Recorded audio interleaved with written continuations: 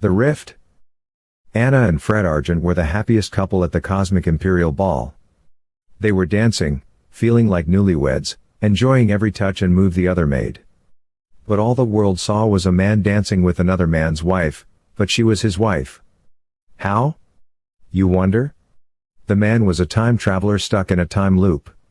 A grandfather paradox to be exact, which sadly made him also his grandfather and grandson at the same time. The man who they believed was her husband was another time traveler himself from another point in Fred's long life. The younger man called Alexandrite or Blake was an emperor of a star system who had been deposed and demoted to the rank of a prince. He was noted as Fred's doppelganger with a beard. Fred himself was clean-shaven. Both were in fact identical in age and appearance. Fred had looked the same youthful, for over 1,000 years. His wife had looked the same age, too. She was nearly as old as him. Fred had the envious job of emperor, too. He was of higher rank, he was the emperor of the universe. Fred and Alexandrite shared the job of the husband of Anna with a passion. But no one knew the truth. Even less well known was Anna, who was noticeably pregnant. She was pregnant with her older husband Fred, not Alexandrite, yet. Alexandrite was brought to that time to protect her in Fred's honor. Also, to hide his secret which could cause his fall again. He was technically dead, or living dead, as a Grim Reaper. Which was why he was deposed before. He hid it to keep the universe from falling into anarchy. Now back to the lovers' dance. Anna was like a woman under a powerful enchantment laid by this powerful enchanter. In this case, his charms were his love for her and her for him. She admired his perfectly composed form and features, and his touch was like a rush of highly intoxicating liquor to her, a drug she needed the more he touched her. He was on a high, too. He didn't notice anything going on around them. He hardly noticed the voice calling to him behind him till he was tapped on his back. He turned around to see them. Anna was still dancing for a moment. "What do you want?" asked Fred. "To cut in," said Princess Aquamarine, a young Venusian. Said Fred, not sure what to say. "You won't be enjoying dancing with her," said Aquamarine. "He's mine, go find your own man," Anna said, dancing off with Fred. "She's married," said Princess Aquamarine. "Why dance with another man's wife? Let him dance with her."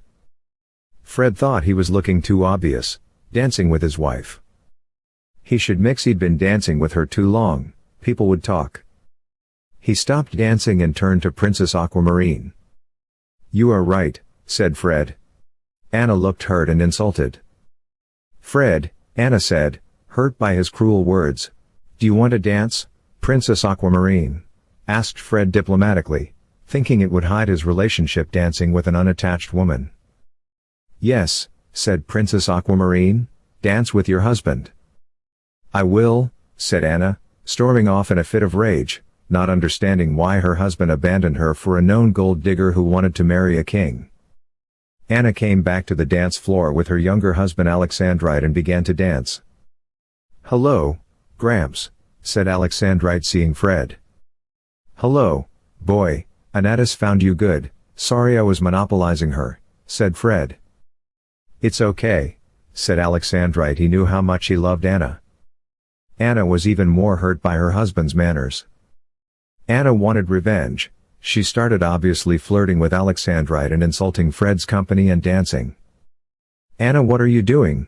said Alexandrite, suspecting something fishy was going on. He walked away from her to let her cool down. "That was disgusting. A pregnant woman should behave," said Princess Aquamarine, being catty. She was watching Anna as she danced. Fred was angry and jealous too. He knew two could play that game, and he did. Princess Aquamarine was more than happy to have this handsome emperor show interest in her. She was in love with him, and he was better than just a mere king.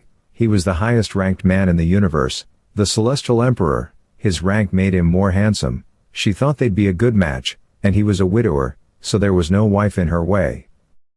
Fred and Princess Aquamarine retired to an empty room. Not long later, Alexandrite walked into the room to catch Fred and Princess Aquamarine together. Alexandrite was livid, seeing himself with her. "You lousy, you harlot. Stop that!"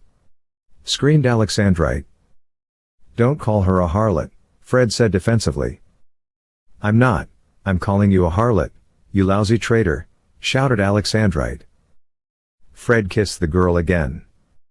He's not a child, why are you acting like that? We were only kissing, not, said the interrupted princess. Leave, I don't want to hurt a woman, shouted the irate reaper in human form. The princess had heard he was a reaper, she left terrified.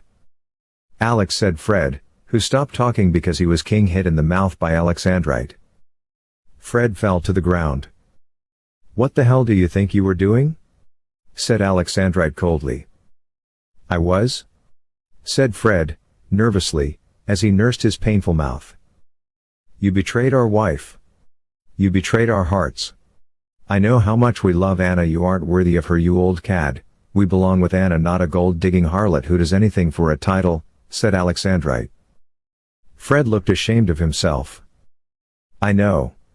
I was angry and scared. I didn't want to lose her. I was trying to make Anna as jealous as she was making me, said Fred.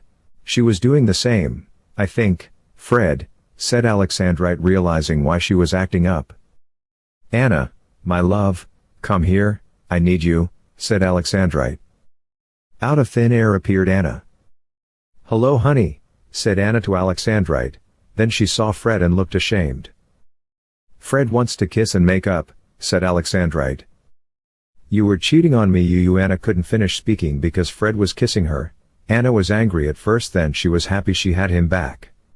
He drew away from her. She hugged him and kissed him again. They were happy, and they were together, so Alexandrite was happy.